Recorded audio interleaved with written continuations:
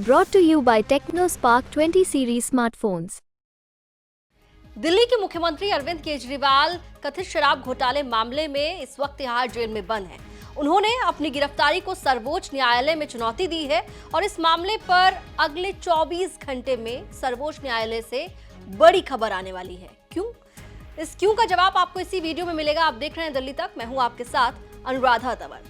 दरअसल दिल्ली के मुख्यमंत्री अरविंद केजरीवाल की याचिका पर 29 अप्रैल और 30 अप्रैल को सर्वोच्च न्यायालय में सुनवाई हुई थी, जिसके बाद जस्टिस संजीव खन्ना ने ये कहा था कि अब इस मामले में अगली सुनवाई की तारीख 3 मई की रखी जाती है।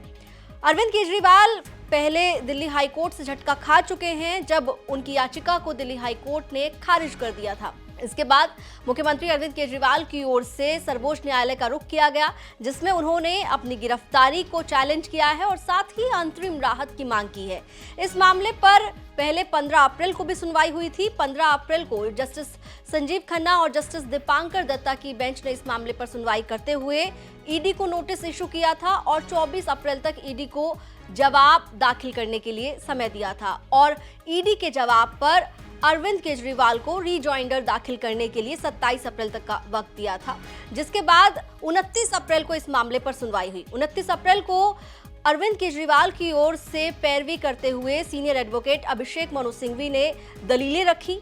उन दलीलों में अभिषेक मनु सिंघवी की ओर से न सिर्फ अरविंद केजरीवाल की गिरफ्तारी को अवैध बताया गया, बल्कि साथ ही ईडी की जांच पर भी सवाल उठाए गए।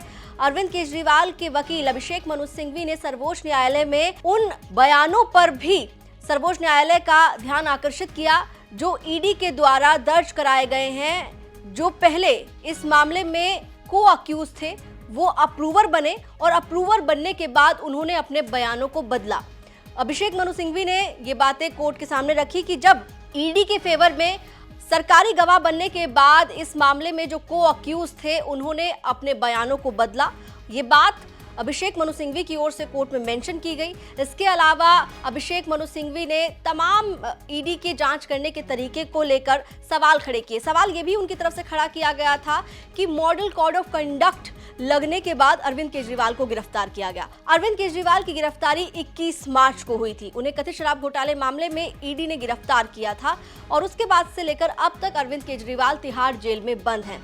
वहीं आपको बता दें, इस मामले पर सुनवाई के दौरान जस्टिस संजीव खन्ना ने ईडी से भी कई सवाल पूछे हैं, जिसमें उन्होंने ये सवाल भी पूछा है ईडी से कि चुनावों से ठीक पहले क्यों अरविंद केजरीवाल को गिरफ्तार किया गया, जिसमें यह भी कहा गया कि जिंदगी और आजादी दोनों ही बेहद महत्वपूर्ण है, इससे इनकार नहीं किया जा सकता है।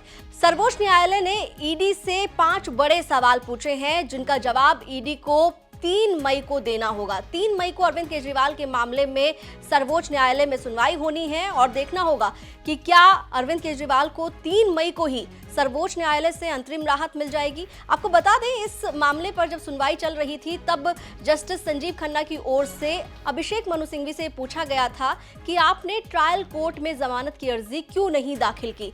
फिर अभिषेक मनु सिंघवी ने कहा था कि हमने अंतरिम राहत की मांग की है क्योंकि ये गिरफ्तारी अवैध है और हमने इसे ही चैलेंज किया है। जिसके बाद आपको बता दें, सुनवाई के दौरान जब दलीलें चल रही थी तो एक वक्त ऐसा भी था जब जस्टिस संजीव खन्ना ने अभिषेक मनु सिंघवी से ये भी पूछा था कि आपको 9 बार समन भेजे गए थे, जांच के लिए आपको बुलाया गया था पूछताछ करने के लिए, लेकिन आपने उन समन्स को इग्नोर किया।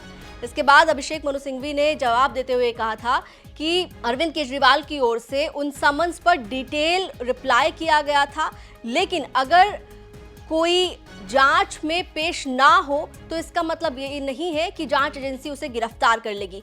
सबूत होने चाहिए गिरफ्तारी से पहले, संदेह के दम पर गिरफ्तारी नहीं हो सकती है। इस तरह की तमाम दलीलें जो हैं वो सर्वोच्च न्यायालय में दी गई हैं। अब फिलहाल देखना होगा कि जब इस मामले पर शुक्रवार को सुनवाई होगी तो ईडी की तरफ से जो सवालों के जवाब देने हैं उनमें क्या कुछ कहा जाएगा, जो सवाल सर्वोच्च न्यायालय ने पूछे हैं, और फिर सुप्रीम कोर्ट क्या फैसला सुनाता है। दिल्ली से जुड़ी हुई तमाम खबरों के लिए आप देखते रहिए दिल्ली तक।